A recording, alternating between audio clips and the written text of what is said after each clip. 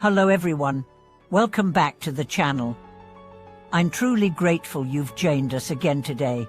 In this space, we support one another on our journeys of introspection, spiritual growth, and practice. Today, we are diving into a topic that is as deeply personal as it is universally relevant. What should you do after breaking precepts? For many spiritual practitioners, especially those walking the Buddhist path, this is a moment of immense shame, guilt, and disillusionment. But what if I told you that this very fall could be the doorway to your greatest awakening? This video is about how breaking precepts doesn't have to be the end of your spiritual journey. In fact, it might just be the most honest place to start over. We'll talk about a profound method of redemption, the shurangamamantra, and explore how one sincere thought can reopen the gates to purity and truth. Let's be real. Anyone who's been on a spiritual path knows that it's not a straight line. You can practice diligently for years, then, in a single moment of anger, temptation, or confusion, make a mistake that shakes the foundations of everything you believed you stood for. Maybe it was lying, maybe it was stealing, maybe it was giving in to lust, addiction, or even harming another being. The exact action doesn't matter as much as what comes after. Most people freeze in that shame. They give up, they walk away, they tell themselves they're not worthy. But here's the truth that Buddhism teaches us: perfection is not a prerequisite. The only thing that matters is whether you're willing to come back. One of the most compelling illustrations of this comes through the practice of the shurangamamantra, a sacred and powerful chant taught by the Buddha himself in the Shurangama Sutra. This mantra isn't just protective, it's transformative. More than anything else, it reconnects you to the purity of your vows, your precepts, even if you think they're lost forever. To understand this, you need to grasp a central concept in Mahayana Buddhism: the unity of mantra and mind. If the mantra is the heart, and the heart is the mantra. When your heart truly merges with the sacred vibration of the chant, when your mind stops wandering and instead flows like a continuous river of sacred sound, something miraculous happens. You don't just remember who you are, you become it again.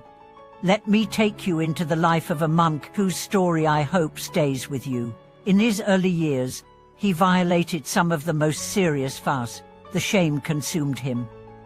He contemplated leaving monastic life altogether, but then he encountered a wise elder monk who told him, "The shurangamamantra is not ordinary. If you chant it with devotion, chant it until it's the only sound you hear in your mind, your roots of morality can regrow." He locked himself in seclusion for 3 years. 3 years of unbroken mantra recitation, day and night. Eventually, his voice and mind aligned. He could hear nothing but the mantra. And when he re-emerged, he was no longer the broken man who went in. His eyes were calm, his presence radiated peace. People felt transformed just being near him. He went on to lead a monastery, not because he sought status, but because his purity moved others to follow him. This isn't just legend. It's the lived experience of countless practitioners. The mantra isn't magic, it's not a shortcut. It's a sacred tool, a mirror, and what it reflects back is the truth of your own potential. You don't chant because you're perfect. You chant because you remember that even perfection is not what the Buddha asks of you. What the Dharma asks is honesty, courage, the willingness to return.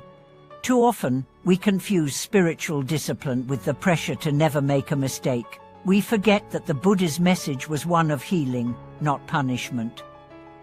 The Dharma is not a scorecard. It's not a courtroom. It's a sanctuary for the wounded, for the broken-hearted, for those who falter and get back up. So if you've broken your vows, if you've hurt someone, if you've lied, cheated, indulged, or walked away, know this: the path is still open. But only if you open it. That gate swings inward, not outward. The key is your own willingness to forgive yourself, not to excuse, but to restore. Every time you recite the shurangamamantra, even imperfectly, you're not reciting sounds. You're creating a vibration that cuts through the knives of your own karmic baggage. That's what purification means, not forgetting your past, but no longer being defined by it. And it won't be easy. Some days, you'll feel nothing. Some days, you'll resent the very practice that's meant to heal you. That's when you must keep going. Because the moment your mind gives up, the old karma wins. But the moment your voice rises again with sincerity, the Dharma hears you. Not metaphorically, literally, the Dharma hears you. The Buddhas respond to sincere hearts, not perfect histories. Think of your transgressions not as failures, but as wake-up calls, as flashlights that reveal where your house is on fire. And think of the mantra as the water that can put out that fire, if only you are brave enough to keep pouring it on. You see, the path of practice is not about becoming flawless, it's about becoming fearless in the face of your flaws. To chant the mantra with devotion is to pick up your own pieces and say, I still matter. I'm still capable of light. I want to remind you of a very simple but profound vow you can start today. Say this: I recite this mantra not for fame, not for miracles, not for escape. I recite it because I want my heart to be clean again. I want to remember who I am beneath the dust. And then just do it. Sit, chant. Don't worry about how many times. Don't count. Don't track. Just feel. And trust that the sincerity of your effort is the only measure that matters. You will get tired. You will get distracted. But if you persist, you'll reach a state where your mind no longer clings to guilt, no longer runs from the past, and no longer doubts your worth. Instead, it settles into peace. That's the power of a single, wholehearted return. That's the miracle of the shurangamamantra. What I hope you take from this video is not just inspiration, but a deep, bone-level understanding that your spiritual journey is never over. Not until you say it is. You can always begin again. The real practice starts not when you succeed, but when you fail, and you still choose to try. Thanks for watching this video. If this message has touched you, if it reminded you that your heart is still sacred, then let's talk in the comments. Share your story. Tell us about the moment you chose to begin again. And if this message can help someone you know, send it to them. Maybe they need to hear it more than you know.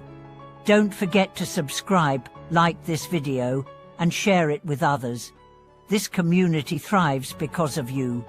We'll see you in the next one.